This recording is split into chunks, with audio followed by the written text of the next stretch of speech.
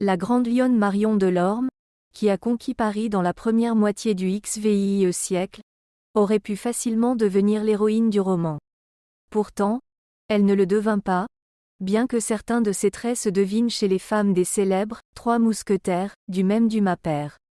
En effet, la beauté, l'intelligence, le charme ont permis à cette femme de tourner parmi les gens de la haute société de la capitale française, et sa réciprocité a essayé d'atteindre les dignitaires les plus célèbres, et pas seulement français.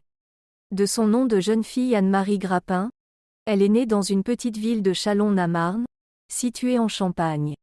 Elle était la dernière et unique enfant de Maître Grappin, un bailli local, et de son épouse Françoise. Elle est née le 5 mars 1606, et qui sait comment son destin se serait déroulé, s'il n'y avait pas eu une circonstance purement accidentelle.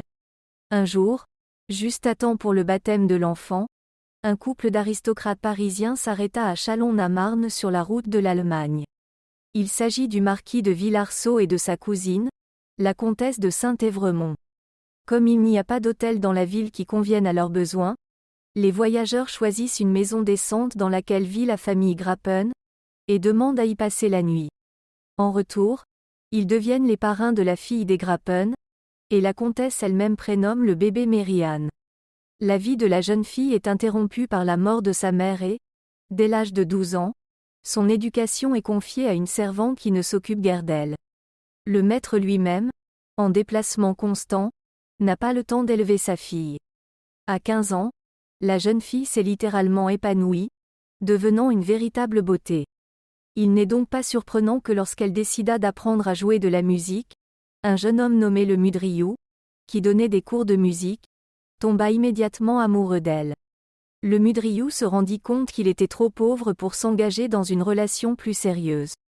Pour ne pas déchirer davantage son cœur, il est parti chercher le bonheur à Paris. Aussi surprenant que cela puisse paraître, Maria Anna ne tarda pas à s'y rendre à son tour. La jeune fille s'ennuyait à Châlons, et elle écrivit une lettre à sa marraine, lui demandant la permission de venir lui rendre visite. La comtesse Saint-Évremont envoya immédiatement un carrosse à sa filleule, et Paris apparut bientôt dans toute sa splendeur. En voyant l'invité, la comtesse est agréablement surprise. Devant elle apparaît une brune basanée et élancée, aux yeux bleus expressifs et aux boucles frisées. Le soir, en l'honneur de l'arrivée de l'invité, un dîner est donné, auquel sont conviés les représentants de l'aristocratie parisienne. Le lendemain, dans tous les salons parisiens de la haute société, on ne parle que de la charmante invitée, la comtesse Saint-Évremont. Évremont, il est clair que pour faire sa connaissance, elle voulait rencontrer de nombreux arnaqueurs parisiens, mais jusqu'à un certain moment, Maria Anna leur répondit par un refus. Même lorsque la jeune fille commença à donner des signes d'attention au fils du ministre des Finances Jacques Vallée de Barrot, riche, gai, spirituel, rompu aux arts et aux subtilités de l'amour, beau gosse de 25 ans, il n'obtint pas non plus ce qu'il désirait. Certes, contrairement à d'autres postulant à la réciprocité de la jeune fille, ce refus ne découragea pas l'amant expérimenté. Le chemin vers le lit de Mary Anna, il l'a organisé avec un véritable art de la mise en scène. Soudoyant quelques ivrognes, il les charge de faire croire à un attentat contre la comtesse de Saint-Évremont et sa filleule. Pour une somme modique, il s'acquitte de la commande et, soudain, de Barrot apparaît à proximité et disperse les méchants. Il est clair qu'un homme vraiment noble ne pouvait pas laisser ses femmes sans défense seules, et les a donc raccompagnées chez elle.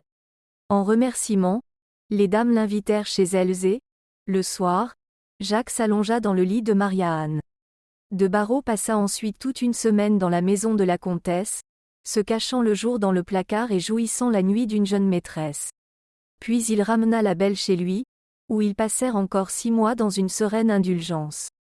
Ensuite, de Barrot donna à la jeune fille un nouveau nom, plus honorable à ses yeux. En la présentant à ses amis, il l'appela Marion Delorme. Il semble que pour la jeune fille vienne l'heure des étoiles. Son amant la couvre d'attention, d'argent et de bijoux. Mais tout a une fin. De Barrot ne serait pas lui-même s'il restait fidèle à une seule femme. Au bout de 6 mois, Marion l'ennuie passablement et l'amant n'attend plus qu'une occasion de mettre fin à cette relation. Une telle occasion ne tarda pas à se présenter. À la demande de Marion, Un certain musicien, dont tout Paris admire le jeu aux luttes, se rend au château. Il s'agit de Lemudriou, une vieille connaissance de la jeune fille.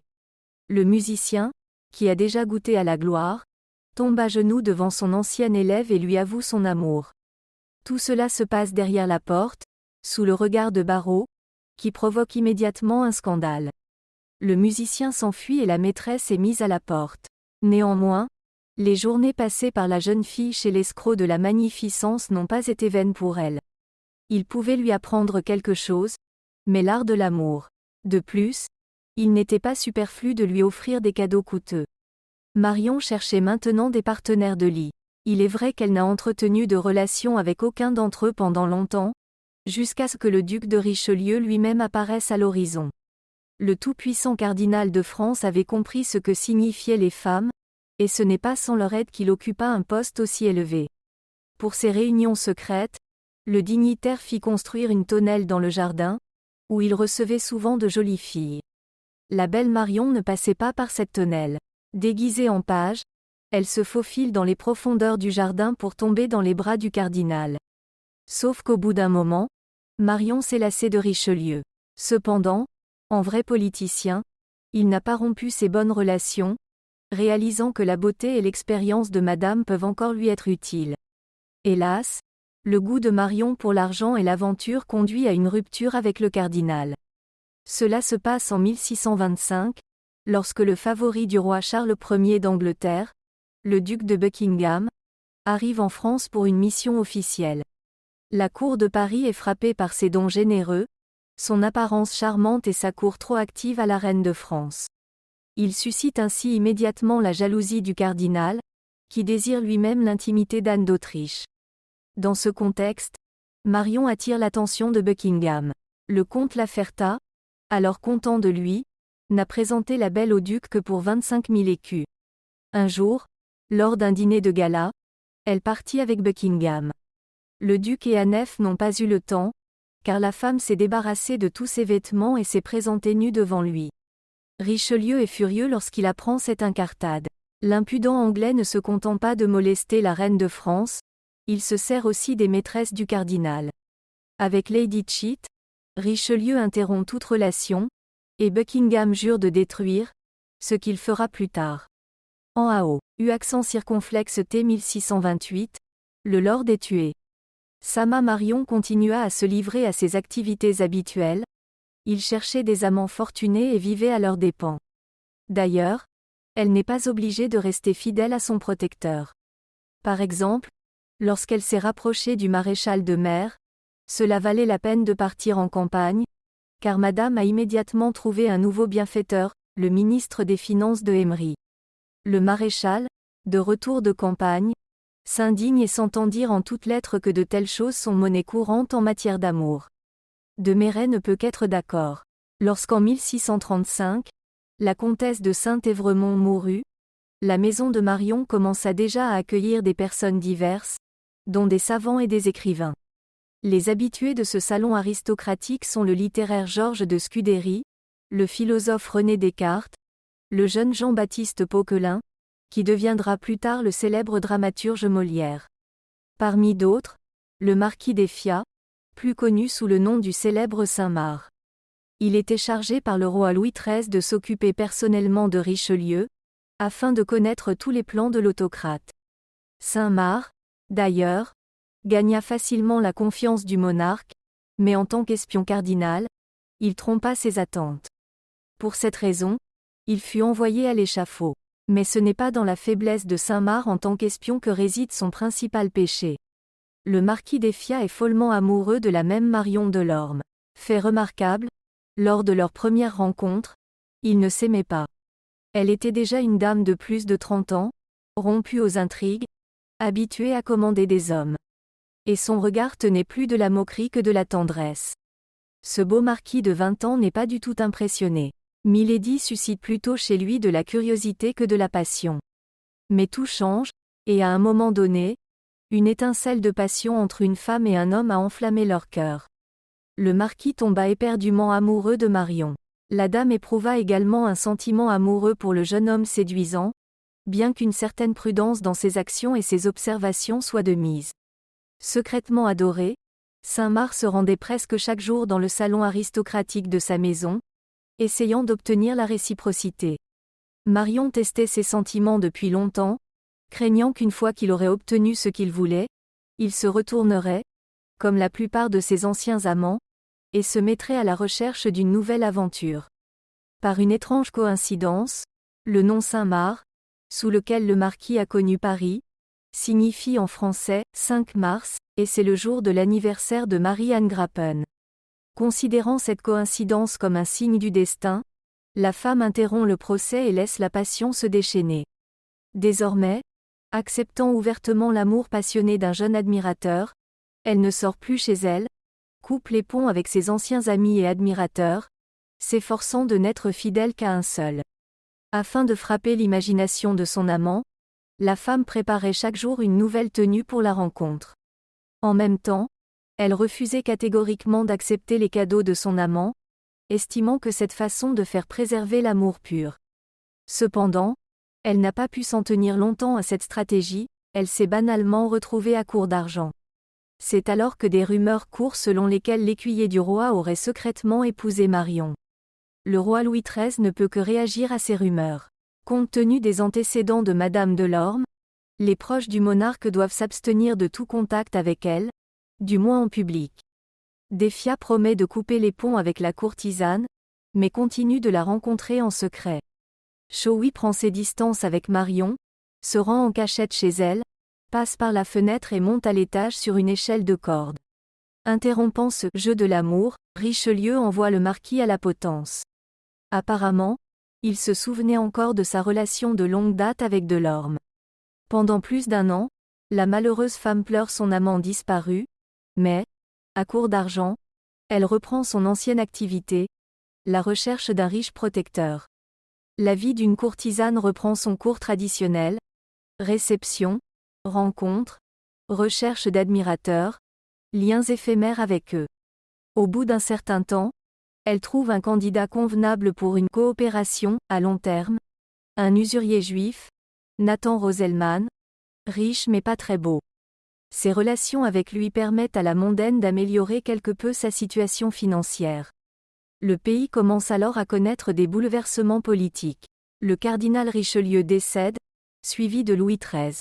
La France est officiellement gouvernée par le jeune fils du monarque défunt, bien que les affaires soient davantage gérées par sa mère Anne d'Autriche, entièrement sous l'influence du nouveau cardinal Mazarini.